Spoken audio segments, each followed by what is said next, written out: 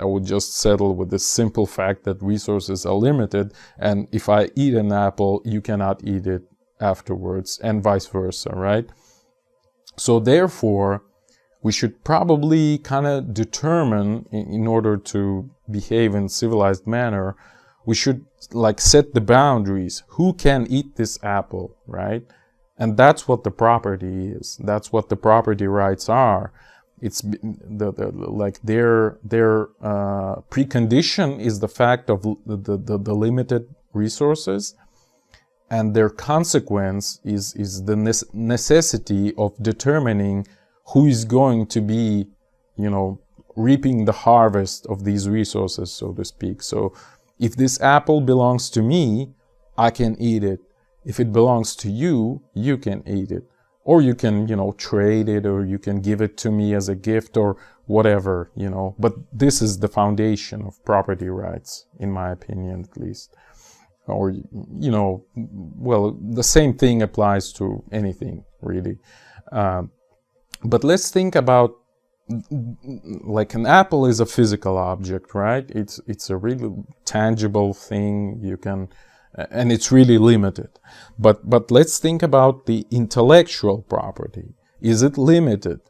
That's the main question, because again, the precondition for the existence of property is the fact that resources are limited. But are the intellectual resources limited?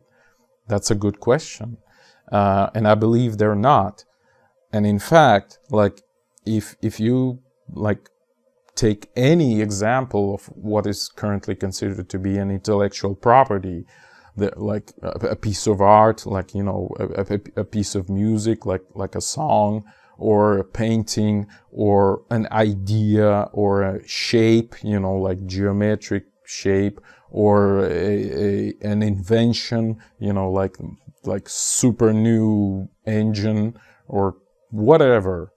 Just take any of these, and you would see that, I don't mean the engine itself, I mean like the engineering kind of concept of the engine, right? And you would see that any of those are actually not limited. They might be infinitely copied and spread out, and and they actually would become better rather than worse, because an eaten apple is no longer an apple. Like, its value is zero, or about so. Whereas the song that one person knows, if it's transferred to another person and another person knows the song actually becomes better rather than worse. Like, if many people know this song, it's like, wow, super. That's exactly what we want.